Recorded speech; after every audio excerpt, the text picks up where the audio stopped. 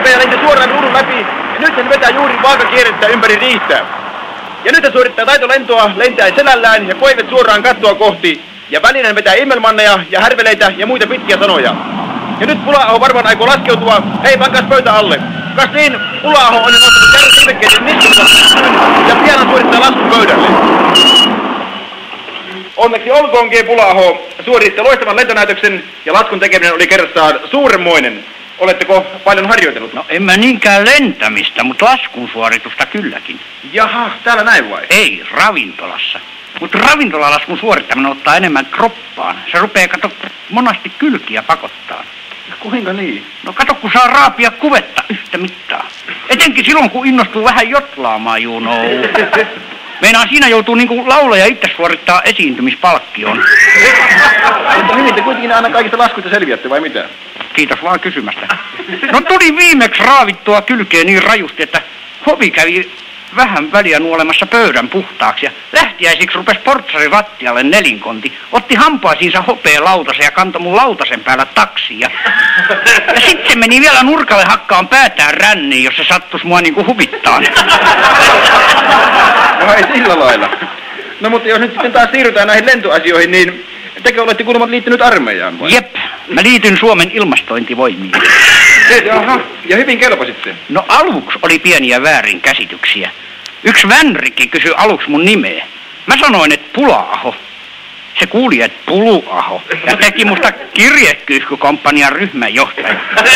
Mä sanoin, että sot ja huomautin, että näin pienen armeijan ei sopisi tehdä noin isoja virheitä. Niitä on meinaa vaikea korjata enää siinä vaiheessa, kun luun ympärillä rupeaa olla enemmän lyijyä kuin lihaa. No mitä vänrikki sanoi? No se kai meinas sanoa jotain, kun se piti suutaan auki.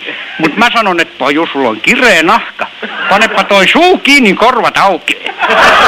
Vai tarkoittaako toi yksi tähti kauluksessa, että tää henkilö kuulee vaan yhdellä korvalla? No se oli selvää puhetta. Jep. Se vänskä karjas, että luut kasaan, kun puhutte esimiehellenne. Mä sanoin, että linnunluut on aina kasassa. Sievästi numeron järjestyksessä pienessä nahkapussissa.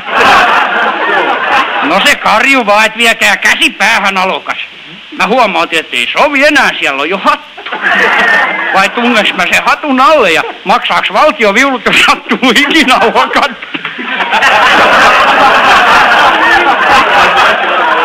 Niks? Se honas yhtäkkiä, että ton täytyy olla valepukunen kenraali ja vei mut salaman nopeasti syömään upseerikerholle. No sehän kävi hienosti. No ne kysy siellä, mitä hän sais olla. Mä visersin, että kiitos kilo japanilaisia verilettuja.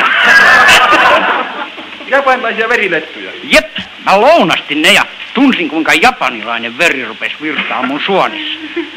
Sitten mä ilmoitin seisomaan nousten, että hyvät upseeritoverit. Tässä näette edessänne nyt Suomen armeijan ilmastointijoukkojen ensimmäisen itsemurhelentäjän. No sehän oli hienoa.